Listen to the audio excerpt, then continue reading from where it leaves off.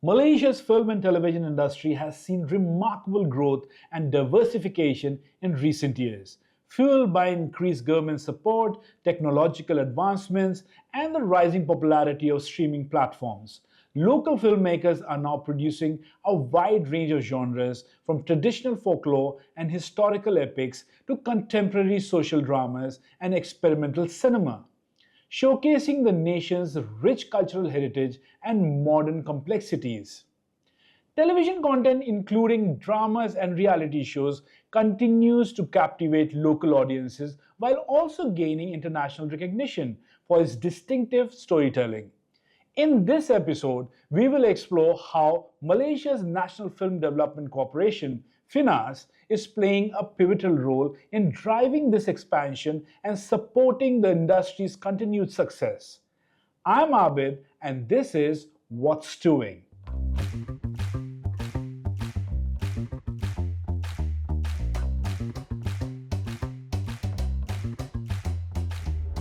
Our guest today is Datuk Azmir Saifuddin Mutalib, the CEO of the National Film Development Corporation Malaysia, FINAS. Datuk Azmir assumed the role of CEO in October 2023, having been handpicked for the position by the current FINAS chairman, Datuk Kamil. He began his career at MDEC and has previously served FINAS in another capacity. Over the past year, Datuk Azmir's leadership has brought about significant positive changes at FINAS, marked by greater accountability and transparency. Welcome, Datuk. Thank you so much for joining us for this podcast. Really appreciate your time. And this is the first episode for the second season. We are starting with your interview. Thank you, Abid, and thank you to the crew of the Creative Stew, and Happy New Year to everyone. Assalamualaikum. Walaikum assalam, Datuk. Datuk, we'll start off with a very relevant question. I think everyone has this thing in their head that, okay, there is a FINAS chairman and there is a FINAS CEO. And what are their roles and responsibilities in the organization? Because most of the people, and I think our audiences and viewers still have that big question: what do they do? I think nowadays can Google, right? Chat GPT. I think almost every organization. But we want to hear from your mouth. Have a structure as such. Chairman. For FINAS, it's not the executive chairman, it's a chairman, and there's a board member. And we have the CEO. I think the name CEO was introduced in 2020 on 2019. Okay. And before that, they used Ketua Pengarah or Director General. I think the reason is under the FINAS Act, it was stated CEO at the lead management team and chairman with almost a quorum of minimum 7 part of the board committee. So it is an agency under what we call in Malay Perbadanan. It is similar like other Perbadanan agencies that have a chairman and a CEO. I think to answer you, although I did say nowadays people always can easily get something from ChatGPT or online. For FINAS and any organization, chairman and the board will be giving up the roadmap, strategy, right? The policies, how to shape and how does the board would like the management for me and the management team to execute it in such a way. In short, they will give me a task and I will have to deliver and report back to the board, right? That's the most simplest answer. But as we all know, Datuk Kamil and the whole team in the board, the people that have been in the industry and reputable and knowledgeable. I think this is where the board, the chairman, and the management team work in hand. As you all know, FINAS is, when I joined FINAS, actually FINAS is a very big organization. And I would like to say this, where it's totally, we can't really compare apple to apple with other agencies. We can't really compare with Indonesian BPI, Badan Perfilman Indonesia. We can't compare with TIKA, Thailand, or even IMDA Singapore. Because FINAS, we have our own act, FINAS Act, that was introduced in 1981. At first, it comprises of two components. Pembangunan industry, the development industry itself, and the pelesinan pengurusan, the enforcement and the licensing. If we compare IMDA, BPI Indonesia, they doesn't have a component on licensing. But within FINAS, there's this unit that does enforcement and licensing within the organization. And in 2013, Filem Negara combined under FINAS, where Filem Negara's agency role is to look into archiving historical events, programs, or even those historical history footages since 1940s. During that time, Filem Negara was known as the Malayan Film Unit. Yeah. Right? You all know that. And that component became the third component within the FINAS Act. So it's a big organization with a big responsibility. So anyone that have involved, I think during the past few years, we had several board members. I'm sure they can share the same experience, whereby FINAS, whoever within FINAS, the responsibility is big, right? Not just only looking into the developmental role, but have to also look into the policy side, the licensing. There's a lot of, I would say, things that need to be amended so that it will be relevant to the current business situation, such as the digital era, the streaming businesses. And also part and parcel is the training and the future talent itself. Because when we look into developmental, training is really a big component. Yes, right? it is. Oh, it's a long answer. It is a good answer actually, and now it's very clear that what all these responsibilities does a CEO's unit has, and how the board works, and how the roadmap is being made. And it's not only about just everybody has got a fancy title. Yeah. It's just that a lot of work goes behind it. Let me a bit on the composition of the board itself. We have someone from the financial institution that can assist FINAS in terms of investment. There are people that are experienced experts in terms of education, from educational background. There are people that are in the industry itself. They have many experience in terms of production, forefront, back row, even acting as such. So that's why all these people experience combined is really critical, not just for FINAS and for the industry itself. Yeah, because all the components are there from the industry who can give in their bit. Datuk, before you joined in, means before 2023, there was a lot of, FINAS was, going through a very tough time. And when you were handpicked and you were brought into FINAS, what did the chairman see in you that you will come and clean up the whole thing and you can going to make FINAS shine brighter than what it is? Oh, tough question. My personal point of view, it's not about whether the 2023 and before FINAS having a tough time or having put position as in such a position. I would say it's more of positioning and branding.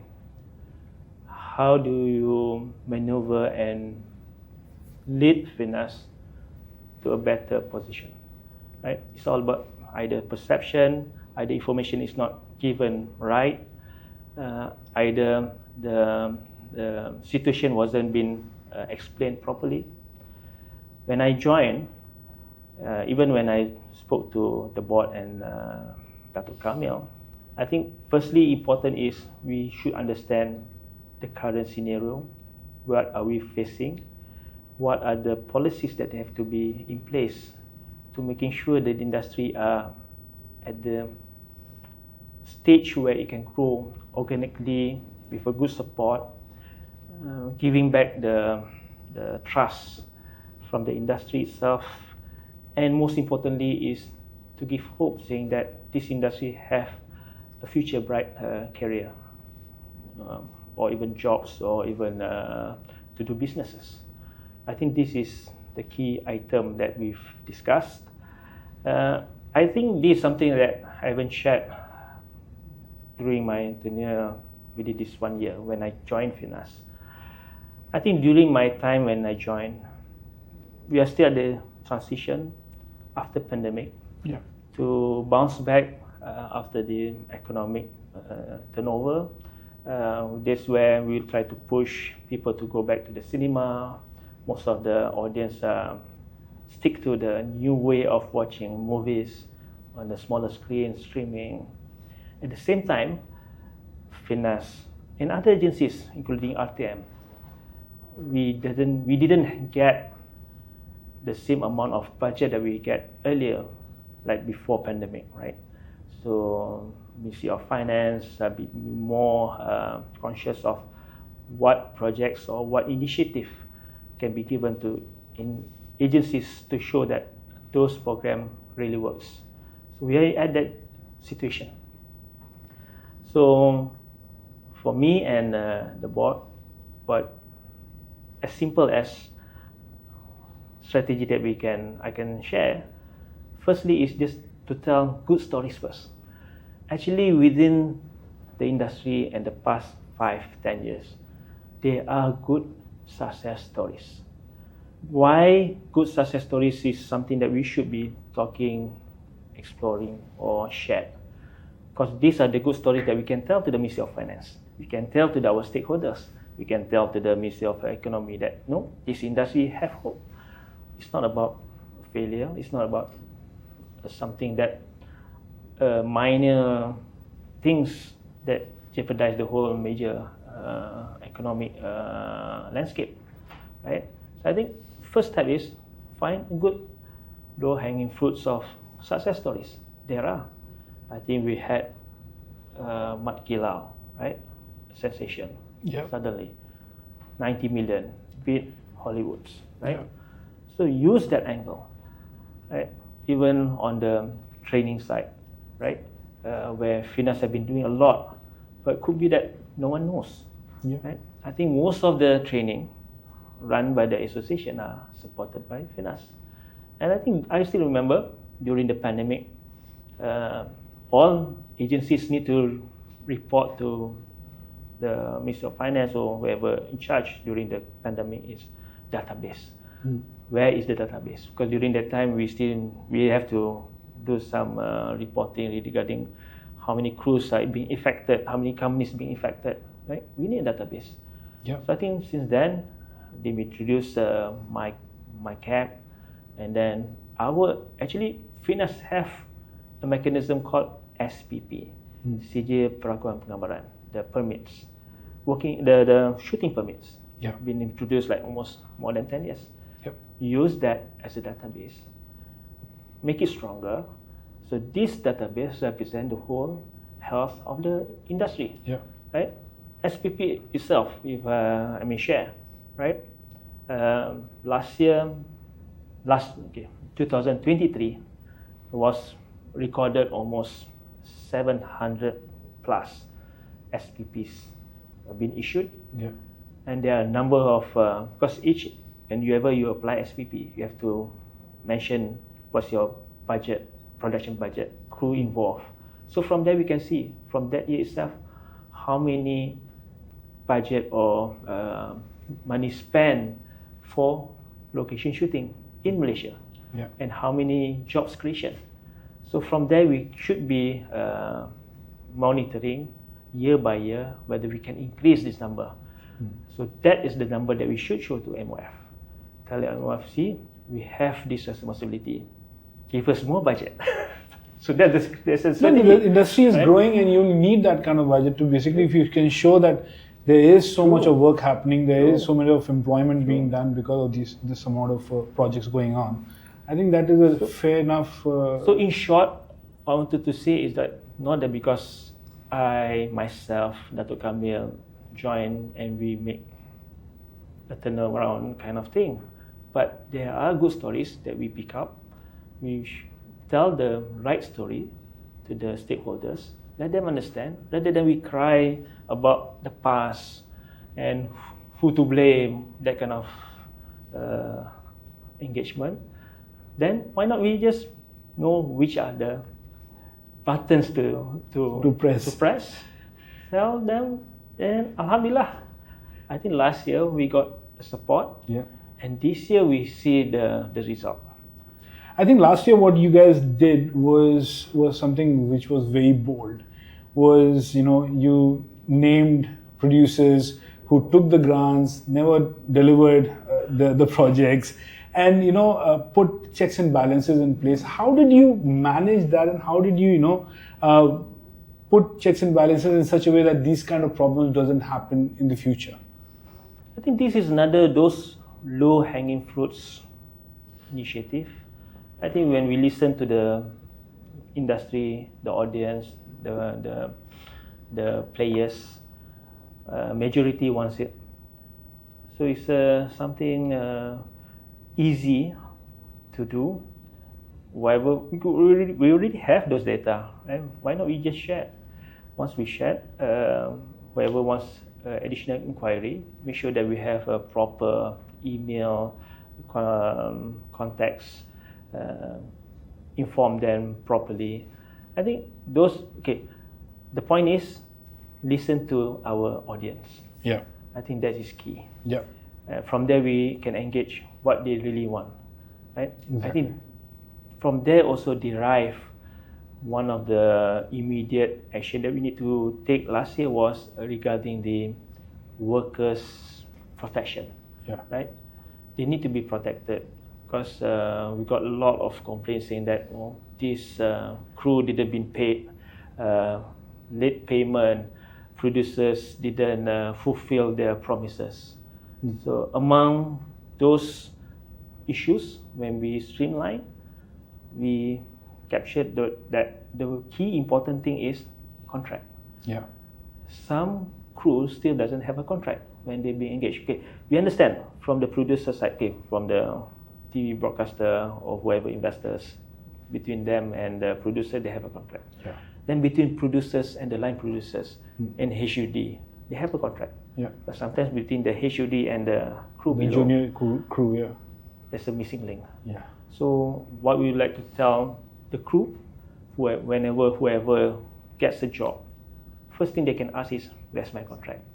So I think these are the steps we take, and making sure that first is education, telling them these are their rights, right?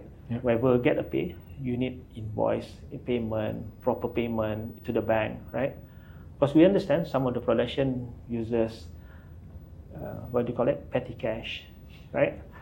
So let's do it proper. Let's do it properly. When we look into FIMI model, any payment, regardless, small or big, have to go through a proper payment process. Contract, invoice, bank. No, I think the FIMI process is very detailed. Means there is no gap whatsoever where anybody can falter, and also it gets audited by an outside auditing company. So I think FIMI process is something which nobody can fool on paper, and I think that is a great model which I think should trickle down to other aspects of production. So meaning that I have to say that we didn't create a new formula. It's not a new Einstein. They did not reinvent the wheel. Actually. No. There are things that success, we take it, and then we see whether it fits the issues that we wanted to tackle, right? So we did mention about the kebajikan pekerja, the cruise protection and welfare. And then from there, we start to talk to EPF. Then once we engage, EPF a very fast turnaround. I think within a month, we signed an MOU with them. Wow. I think because they also have the right momentum. They've been pushing the gigs economy. I think they've introduced almost 2 years regarding the subsidy of almost 90% of the EPF, what do you call that, yearly installment, right? That's why our engagement with EPF, we announced almost when we were in the first month of the second quarter in April. That was fast because we know that that's really important, and there are a lot of examples that I can share during that period of time where one of the crew got illness and can't work for almost a year, and he also doesn't remember whether he have a EPF account.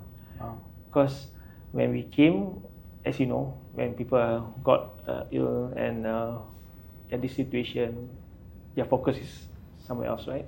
So when we came in with EPF, and with EPF, simple, just get his IC number, check. 10 years ago he have an account with this company. So because of the status, and EPF say that they can help in terms of his hospitalization bills for a certain amount. At least that helps. No, it does, and I think you're right. EPF is very, very hands-on and very fluent in getting things done.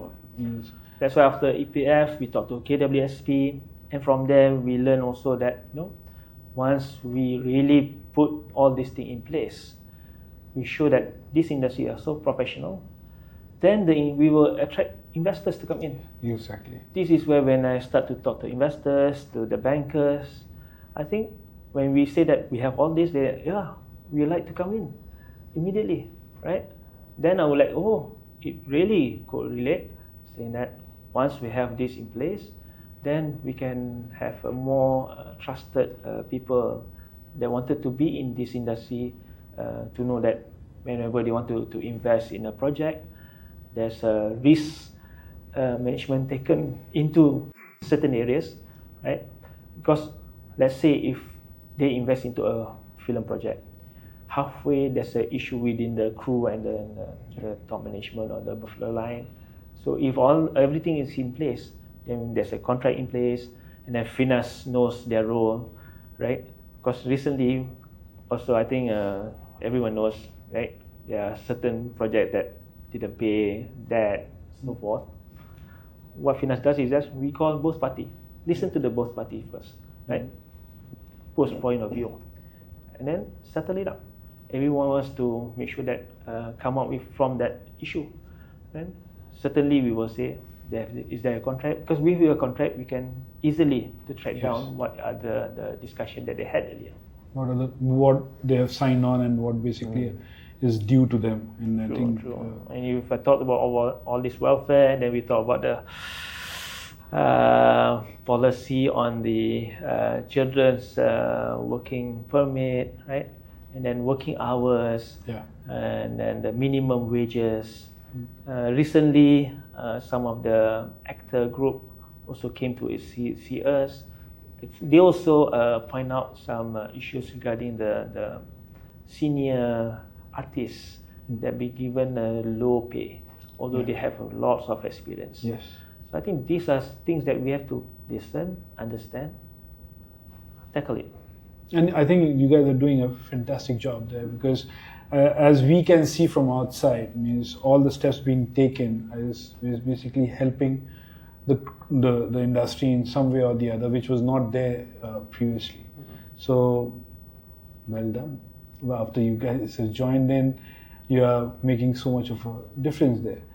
I'll go back to the whole FIMI thing again, because that's very important, and there's a lot of people talking about FIMI and how. So tell me how FIMI chooses projects, and how are they eligible for the incentive, and how does this process connect with the Ministry of Finance? Okay, good question. I think let me answer the second question first. It does relate to MOFs. They are the agencies that approve budget for all the incentive, including FIMI, Dana DKD, training incentive, and so forth. So what we do is we need to report back to Ministry of Finance, and we also have a panelist that comprises of agencies including MOF, some include MOF and some other agencies. Back to the first question, how do we choose? I think before that, I think FIMI have been introduced almost 13 years. From Marco Polo to Crazy Rich Asia, Star Wars Mandalorian, all done in Malaysia using FIMI rebate. To share a bit, I think after pandemic 2022, 2023, I think it's almost overwhelming of projects want to come to Malaysia. That's where we had this situation where overflow of demand. This is where it's a good problem. True, but we have to settle it. Yeah. So what happened was, another reason why, because we also push the local production to also get the rebate, and with Mat Kilau, and after that Tak Lok, Sheriff, right? So production have become on a higher quality grade budget. Yeah. And then we had View IGE also commissioning a lot of locals that we can see from a normal free-to-air TV series production of 50,000 per episode, and then jump into OTTs that can give around 150 to 400,000 per episode. So those shifts indirectly came from FIMI assistance. So because of that, now we have to really manage it well. So back to the question about selection. Yes, this year onwards, we do have some criteria and selection. Again, we can't compare apple to apple with Thailand, Singapore, or even Korea, wherever that offers a rebate. Because here we also push our local production, because we wanted to push the local production quality a bit higher through the rebate. At the same time, for the international projects, as we all know that we also have Visit Year Malaysia. So that is a key point that selecting a project, a project that can promote Malaysian location for tourism, Malaysian location for filming, right? So those are the angles of selection that we are looking for. And furthermore, I would like to get engagement with all these big studios, right? What are their plans? It's not just one-off servicing job, and then after that they come and go, and then they just find another place. So how can we really engage the clients, right? Because we understand that some clients have a long-term plan, and could be that client would like to invest more by setting up another unit of production, services that can really benefit the whole ecosystem. I think this is how we use the incentive, not to just attract investment for jobs creation and spillover. I think for rebate, I think we've been using jobs creation and spillover effects of all this spending in Malaysia for almost 13 years. What's next? Should be working closely with the production houses to plan ahead on how to position Malaysia as a hub, right? Yeah, we understand Jurassic Park goes to Thailand, Some of the big projects goes to neighboring countries. But how does FINAS, Malaysia, position all this incentive? But see, it's a chicken and egg story. A lot of people want to come here. A lot of international production wants to happen in Malaysia, but and it's happening on a big scale because they come in with millions of dollars, and then you have your local production, which also require your help and your incentives. But there is a limited budget to that, and I think that is what is the concern for the producers who say, okay, if a big production comes in, say from UK, and takes one big chunk of that incentive, what is left for the local producers and how will they survive? Either the pool has to become bigger than what it is right now, or there has to be some checks and balances in place so that we can accommodate. Yeah, definitely we want those millions of dollars coming to Malaysia, but we also don't want our local producers to get a hit because we have this pool of money, and if we give a big chunk to an outside production, how are you managing that? The approach that we did in FINAS is, I think whenever we had a budget, example, FIMI, I give a simple example. If I have a 10 ringgit, do I spend that 10 ringgit immediately? Or with that 10 ringgit, I go see partners, see potential investors that want to work with my 10 ringgit. Let's say these investors can come in with another 10 ringgit. Then I talk to this bank, saying that they can give me a cash loan of another 10 ringgit. So if I collect all these partners, relevant friends, to be part of this investment journey, then I have almost 50 ringgit. Then I can shout to the industry, I got 50 ringgit, but these are the pie, right? This portion for rebate, this portion for the cash flow, this portion for investment. So that should be the approach. So with 10 ringgit, I will tell the industry, you got 50 ringgit to pitch to, and how do you manage the financial structure? Financial structure is also some interesting topic to discuss about. Yeah, so I'm going to the next question. Can you tell us about this whole FINAS's investor initiative and how producers in Malaysia can benefit from it?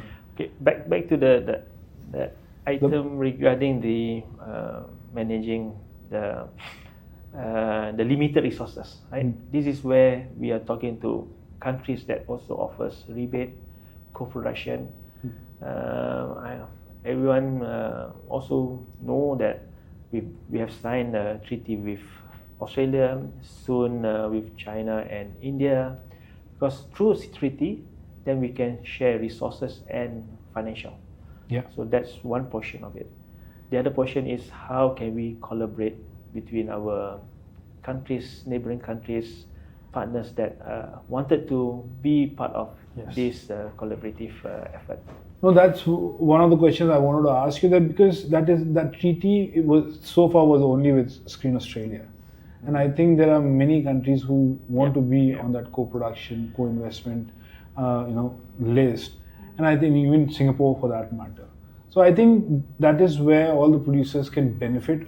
I know there's a small pie of budget which FIMI incentive has. But with these collaboration, I think producers can then go for bigger productions, as well as also a lot more co-productions can happen.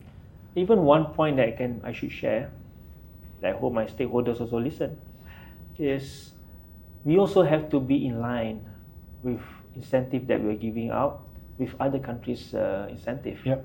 Example like Taiwan have been giving out incentive for development. Last year, Hong Kong also introduced development fund. That's why last year we started to introduce development fund. So when we sync our incentive with other countries' template, then we can co-work, co-exist and support each other. That's why I think one of the things that I haven't mentioned earlier was Now the new approach is we are encouraging a lot of our young producers, even the current producers, experienced producers, to go to pitch ideas in Golden Horse Lab, Taiwan pitching lab, Udine pitching lab. So through that platform, either you engage more investors, partners, and when you come back and then you say to FINAS, you just need this another gap of another 1/3 of your financial structure. So this is very important for FINAS to understand how does the global financial structure works and be part of that puzzle. I think we've been talking to IMDA Singapore. So whatever projects coming from IMDA, they will alert us. They say, is there any chances of FINAS to come in for this interesting project? So same goes to for us when we have a good project in hand, then we start to talk to IMDA, Singapore, Thailand, Indonesia, if there are any partners to come in. So I think that is crucial. So we shouldn't be standing alone saying that, oh, we got fund, come here, that's it. So we should say that we got fund, but we also have our partners that also have fund from here, and this information is really crucial. That's why I think for ASEAN Summit this year, one of the initiatives we wanted to do is to bring in all these agencies like FINAS within ASEAN to discuss about this collaborative effort and what policies that we can bring in so that we make sure that any projects that we funded by ASEAN, we also supported for distribution, for cinema releases, TV and so forth. So tell me, where all any producer, say for a producer who wants that kind of support, is there a unit which helps them understand this kind of funding which means FINAS is getting from other countries, or how to go about it? Because I think most of the producers are not aware that these things are available and how they can approach. I think that learning needs to be promoted or shared with the producers so that they are aware of how things are done. Definitely, just email me or email FINAS info. I will link you to the right person. I think for the one that I mentioned, where we wanted to encourage more producers to go to all the supply marketplaces, the funding has existed almost 3-4 years. It's under the DPPA, Dana Pembangunan Antarabangsa, where the last 3 years we opened up for producers that goes to festival. I think late last year we start to open up the scope to also allow producers that go for pitching, that goes for lab session. So it's just opening up more categories for producers to enjoy this incentive. That's very so good. Your question regarding the information, email me whenever you see FINAS. I'll put your email address definitely at the lower third. Okay, shifting gears and now want to talk about the government's G15 mandate, which includes a detailed action plan for development and development of the national creative and culture industry. Where does FINAS stand on this one, and what's the progress which has been made in that direction? I think you are referring to those policies that look into creative industry. Right? Currently, we have a paper on film industry policy that was introduced back in 2005, and they have a few amendments. But soon, under FINAS, we will start to introduce what we call this Oscar roadmap, where we have engaged Deloitte to come up with the next 10 years roadmap for this creative industry in Malaysia. So again, they got 5 pillars, right? Looking into marketing, financial, training, technology, and policy. So inshallah, I think within this month, we will do some press announcement regarding the next 10 years plan for the creative film, especially film and TV industry. To touch point about what projects that we have within the next 3 years, next 6 years, 10 years. So there's a short, medium, and long-term implementation. Back to the policy, yep. I think important is, one is content itself. How do we position our content to the world?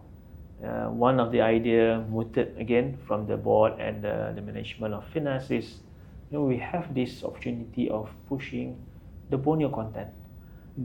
Borneo part of Malaysia, and then we understand that Borneo Island becoming more prominent the next few years.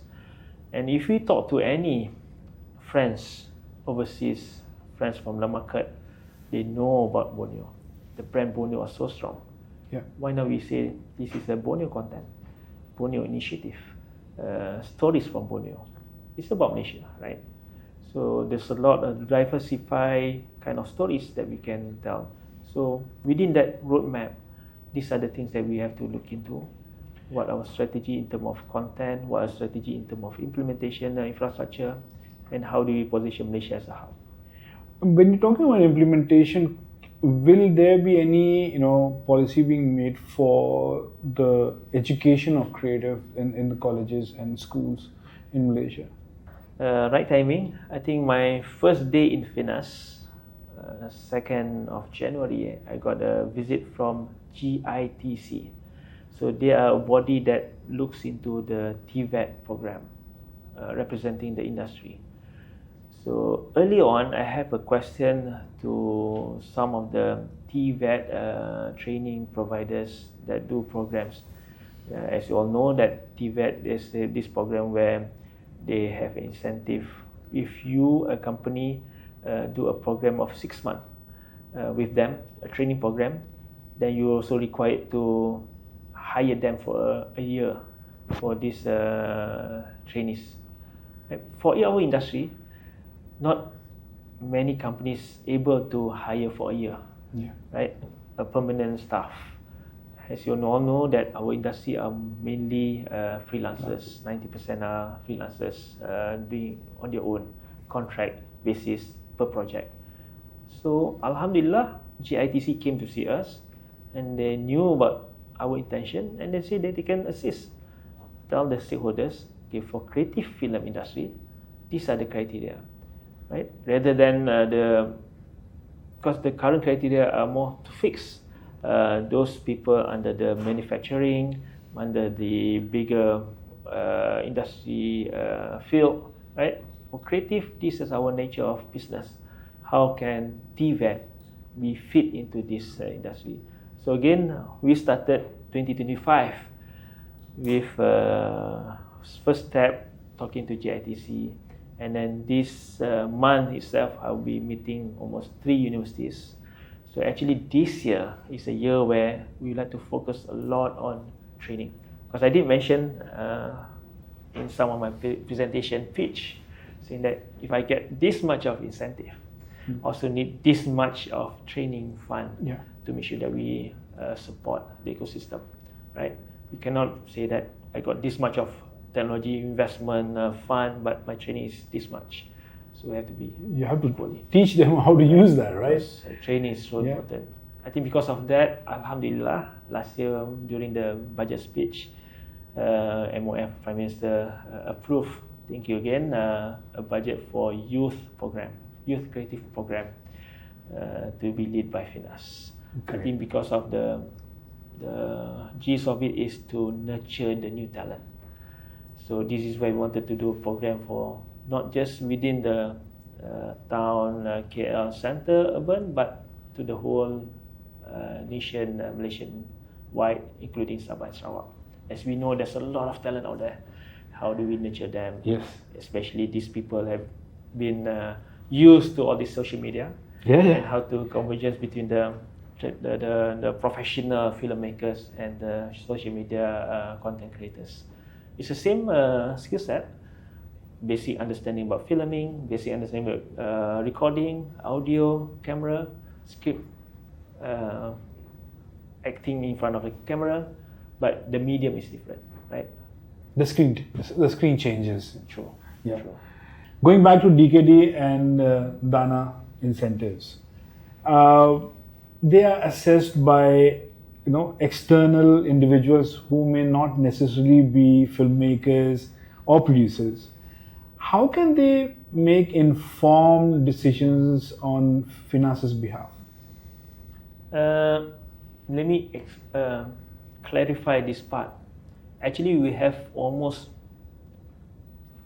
40, 50 names as a panelist. So each pitching, we have a set of 4 from this group, 4 from that group, and most of them comprises from the industry, including academia. That's on the panelists.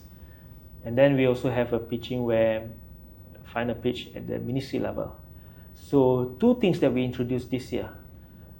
So because we are also listening to the industry saying that whether the panelists are really knowledgeable, understand the market trends, right, content itself. So what instead of we try to get the best people in the panelists, where I think we already have that, is that whether the industry notify them as best. The best. 2 things that we introduce. One is we introduce another stage where we bring investors in. Okay. Some of the neutral investors saying that whether this content can sell or not, whether this content is suitable for festival or not. There are people that understand this. Yeah. They've been working years to been receiving proposal about pitching, right? So they can engage and give us a feedback. That's one. Secondly, we also introduce what we call executive producer role in a project. So all these big projects, we will engage a third party that represent FINAS and be part of the project from the start until the end. So they can advise the company, the production house itself, what to be done and what not to be done, report back to FINAS. Because this is my experience. In any projects, I'm sure a lot of people want to complete it, have a good positive mindset, say that, okay, I want to produce and make this the best. But I'm sure along the way, they got hiccups and challenges. Some, right, maybe their key above the line left the team, right, or investor pull out. Yeah. So whenever they have this hiccup, this is where FINAS has to come in and understand, solve it as fast as possible. Who wants to penalize a good project, right? So at the end of the day is how do we complete the project together? So this is where the role of executive producer can come in and say, hey, we have a letter that a bit hiccup here, what we can do. Or if they have a shortage of investment, although we already locked our gap financing here, but maybe that another studio that can come in and be part of that. So better fix early than when the producer runs away, quiet, do not know where to not answering calls, not answering texts. That's much harder because sometimes, as you know, that production engage artists, schedule everything. So during that time is where we have to really know whether the projects was the progress. So I think these are the 2 steps we put in instead of we just look into getting the best of the best in our panelists, but we also add in these 2 components.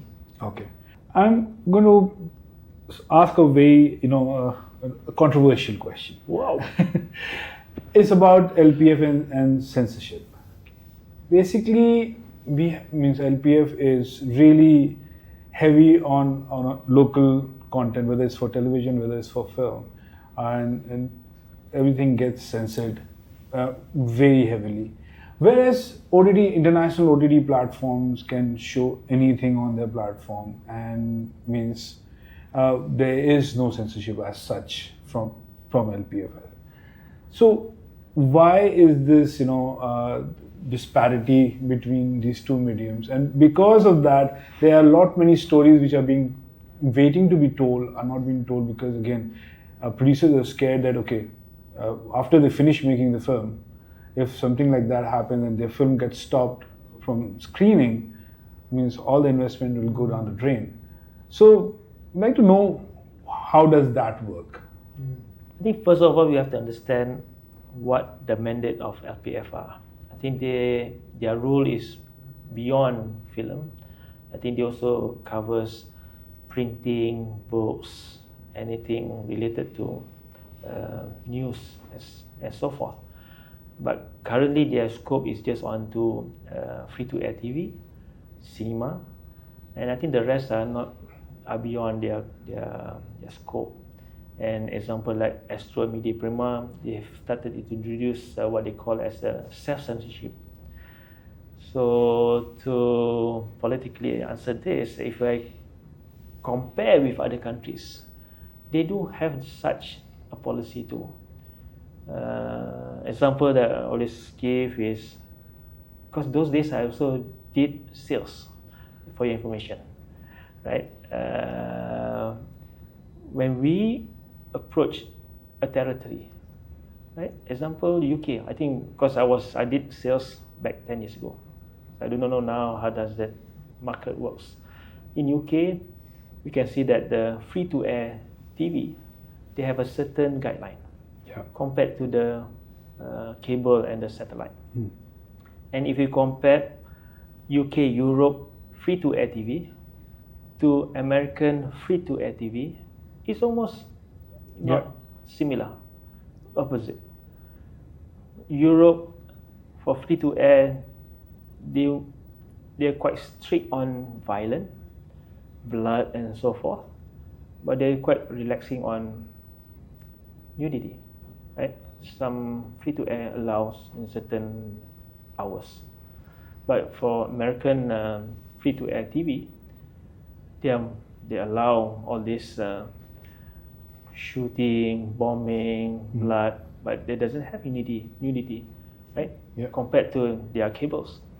So again, we have to understand that, right? Same goes to Japan, Korea, China. China too, for their cinema, they are restricted. They're restricting those film that have all this what do you call it? Cerita hantu, hayalan. Okay. Right? China doesn't buy all these horror movies, right? But they have a way of, if you want to do that, it's almost like you are in a dream or kind of a situation, and they allow. You're hallucinating. So, to understand, we have to understand each country have their own policy, how they governize free-to-air, cable, satellite, almost the same here. So we look into LPF. Most of the free-to-air follows LPF and also the cinema. But for the streaming, online, it's quite open. So back to the producer and the investor, what platform are you looking into? And something I can relate through my experience when I sold animation Saladin TV series. That was in 2010. We thought that Saladin TV series is really for children's content, right? But when we start to talk to during that time was Cartoon Network, Nickelodeon. So we have to understand what type of content does Nickelodeon buy. So when they saw some of our episodes have swords, although it's not the real battling kind of action, but there's a sword, something like that, then it falls under category of an adult. I think that there's a lot more scope of intellectual property where it needs a relook at how it's been used and how it's been abused at one level. Usually in other countries where a producer like me who creates a show, after a certain run, the IP goes back to the producer and then he can go and sell it to different countries and distribute it on himself. which is not the case in Malaysia. And how and our neighboring countries like Singapore has that policy. What is being done in that area where producers can own their own IP? I had few discussion with the TV groups, the TV producers group. They've been fighting and pushing this initiative where IP rights goes back to the creators, owner, or producers.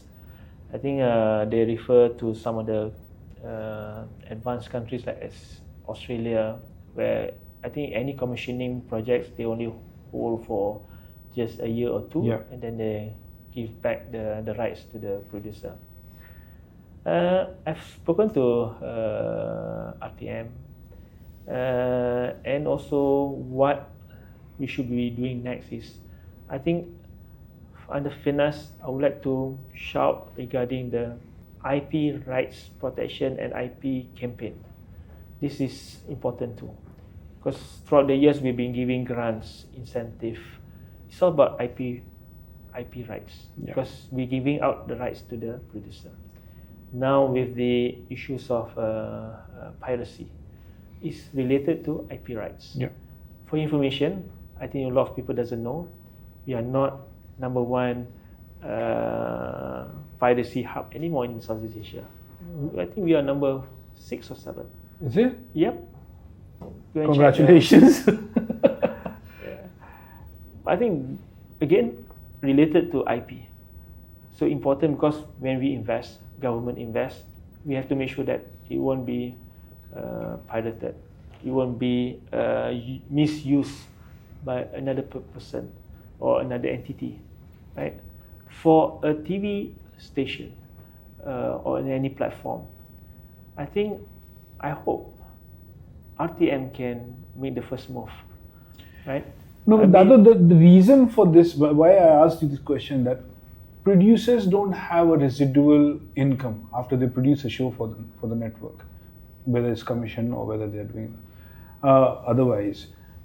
The reason why IP should go back to producers, that this gives them a lease that they can earn extra by distributing the show after it's been played on the platform which has commissioned it. At this situation, we also have to understand the challenges faced by the TV broadcasters. I think for Media Prima, Astro, and the rest, they are more commercial. That's why I always focus more on RTM, and we hope RTM plays the roles as a developmental role as such as FINAS. This is where when I did have a discussion with Datuk Suhaimi, RTM, can they also explore such a way of any commissioning projects, right? They shouldn't be holding an IP for such a long time. There's a lot of benefit towards that. Let's say if I'm a producer, I wanted to produce something for RTM. RTM will commission me to do some format. If I know that within 2 years I will own this IP, I will make sure that this is a good IP. Exactly. Right? You had to put the skin in the game. Put extra effort. Yeah. I know that I will sell. Let's say I will commission to RTM for 2 years. And after that, there's a lot of window, right? And when this window opens for them to sell to other territories, this is where the deal can come in. Exactly. If I sell, if a producer sell, I get 70%, 30% goes to the RTM. If RTM have their mechanism to sell content or their unit to sell content, if they are the one that initiate the sales, they will get 70% and the producer get 30%. So the continuation of IP sales is important. I think one campaign that I wanted to really do is IP monetization campaign. It's very important at this point in time, and also from a law perspective, means why it's only RTM? Why can't other broadcast platforms do the same thing? Why it can't be uniform law across platforms in Malaysia? I'm not talking about the foreign streamers as such. Means if that is being put into place, I think producers will put in a lot more effort making the show, knowing that, and yeah, you're right, that after 2 years, I'll get it back, I'll go and sell it to internet, and our product is traveling. Rather than a broadcast station runs the show on air and then puts it in the freezer and it lies there for like 10, 15 years, nothing happens. But if it goes back to the producer, he will make sure, she will make sure that it travels, it goes to different countries, and that's where they will learn more about Malaysia and the kind of content we make. I wish for the whole broadcasters to look into that. But I think it's high time we need to have that conversation, means across the board, that how can, we can put, because our neighbors are doing it. Why can't we do it?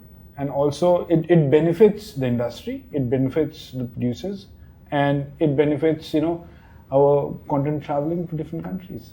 Actually, we wanted to. Justification we put in it because I think a lot of people doesn't aware of this, where 90% of our license holder for production are doing businesses for TV. That's where our clients are mainly TV business operators or producers. This is where we have to listen to them.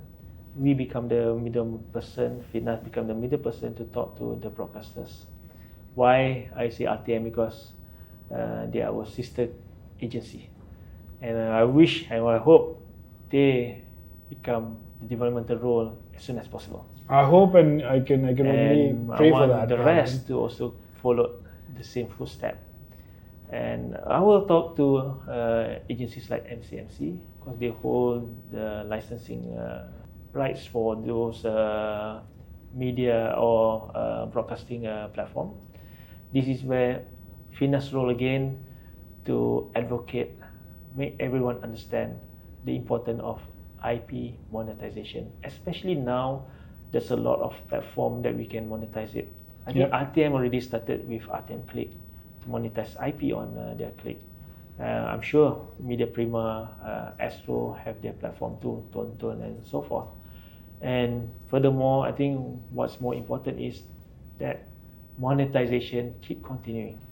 That's what that's the burning issue as a producer, is what I have for the industry, that I think producers are missing out on a lot of effort which they put in creating content, which they're not able to monetize later on when it finishes its airing. If you can see our steps taken, we already covered producer and cruise contract. Oh yeah, I know. Yeah, right direction. We're going to the right direction. People say, when are we going towards producer and the platform commissioners? Oh yeah. Good. We really hope that happens really soon. Okay, so in that context, there's a lot of things also we have to look into. The payment schedule, right? What will be the payment structure? Some broadcasters pay 100% after production. That's not commissioning. Yeah. Right? If commissioning, we have a milestone, right? So again, the rates, minimum rates for series, documentaries, animation. Are we still at that 1980s rates? So that side, there's a lot of other discussion coming soon. I hope it goes in the right direction, because I think it's high time we need to have those. If people ask FINAS why we encroaching 90% of our license holders, almost 1,800 companies are doing business on TV. Yep. So now the new Malaysian AI office has opened up last few months ago. How are producers and creators benefit from that initiative, and how can they be protected under the country's emerging AI regulation? I haven't engaged them yet. But I saw some of the news. I think we have to work closely.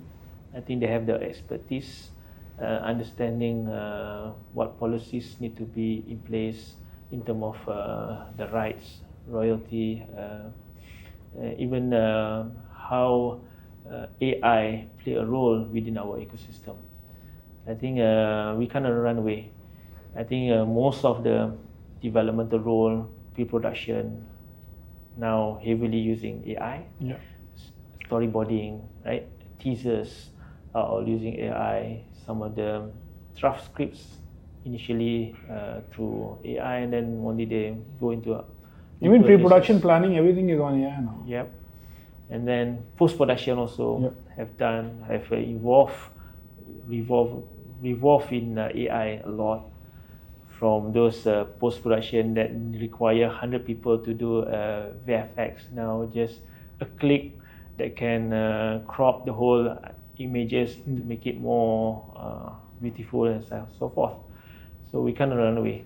So how do this AI make our production value much higher?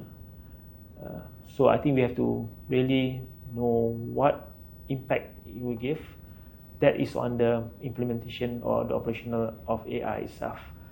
For the policy, what does the policy of using AI affect some of this current regulation, royalties, copyrights? How do we make sure that they don't use, as you all know, Midjourney collected a lot of inputs to databases from the whole world, whether it infringe some of the ideas and so forth. It's good in such a way. We have to make sure that we are busy to know what's happening, talk to the right people. I'm sure we get somewhere somehow to understand this much better. No, these AI is moving really fast, and I think if we delay in putting checks and balances in place, I think our industry people are going to lose out on a lot of things. And there are a lot of great talents which we might unfortunately lose them. So I think the sooner the better, so that our industry can thrive better using AI, obviously, but in the right direction. Sure. So last 2 years have been really, really good for our industry. I mean, there have been award-winning shows and films. There have been,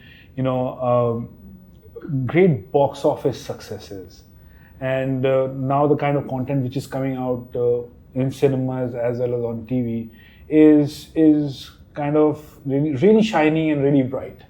How is FINAS making sure that this momentum continues in the coming years? This is, I always say that to maintain success is so harder than to create something from zero to the next phase. Maintaining the momentum is tough. Yeah. So what few of the things that we plan in place is, now we are talking to some of the festival platform. As some of the festival platform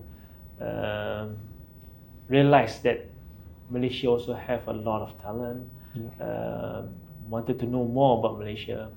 So this is example, like in Taiwan, they invited us to host country host, and we'll be bringing more film, not those genre that they are used to, but other genres within Malaysian production to be exposed. I think this is things that we are looking into, and also we've been talking to the Ministry of Foreign Affairs to work closely. I think last year itself, I think more than 10 embassy officers called us to get more materials for screening and so forth. And thirdly, that we are doing currently is what we call this barter trade kind of screenings.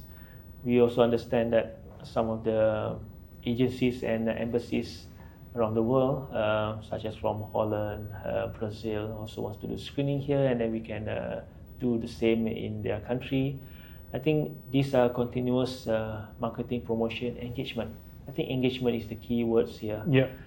So that make sure that the momentum are there. I think the last 2 years, true, you mentioned that Malaysian name flourish. Yeah. And wherever we go, say that this is Abang Adit's producer, right? Everyone knows about it. Everyone knows Tiger Strike. So what is next? So we have to scout. Since last year also, we are already scouting. What will be the next Abang Day? Who will be the next Tiger Strike? So they are. So even for that, we can't just rely on 1-2 film, but we have to make sure that there's 10 film and one from that. Hopefully, one become the next Abang Day. Inshallah, and we pray that that happens more often, and also the talk of the town across the border or everywhere else in a foreign land. I think Malaysian content should shine on a regular basis now, because now the stage has been set, and I think there is a lot of good content coming out. I think this is where by now we already knew who are those talents capable and have a bright future kind of journey, right? So this is where we ease their journey to make sure that they produce more, they engage more. Shouldn't stop them. And also reach the right audience around the world, Yeah. rather than just sitting in Malaysia and thinking that we have done a great job. No.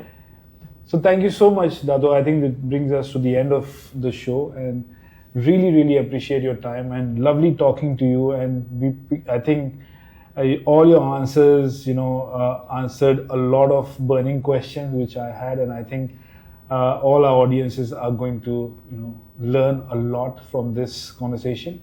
So thank you so much, and best of luck for 2025 and the years ahead, for whatever all the things which you are doing and your team is doing at FINAS. We wish them all the best, and thank you so much again for coming and spending time with us. Thank you, Abid, and the whole crew. Thank you so much, and thank you to the audience listener. Assalamualaikum. Rome wasn't built in a day, so we can't expect FINAS to resolve all its challenges overnight. However, the progress made over the past 2 years has been nothing short of remarkable for our industry. We remain hopeful that FINAS will continue to advance in the right direction this year and the years to come under the leadership of Datuk Azmir. We hope you enjoyed this episode. Until we meet again in the next episode, keep stewing.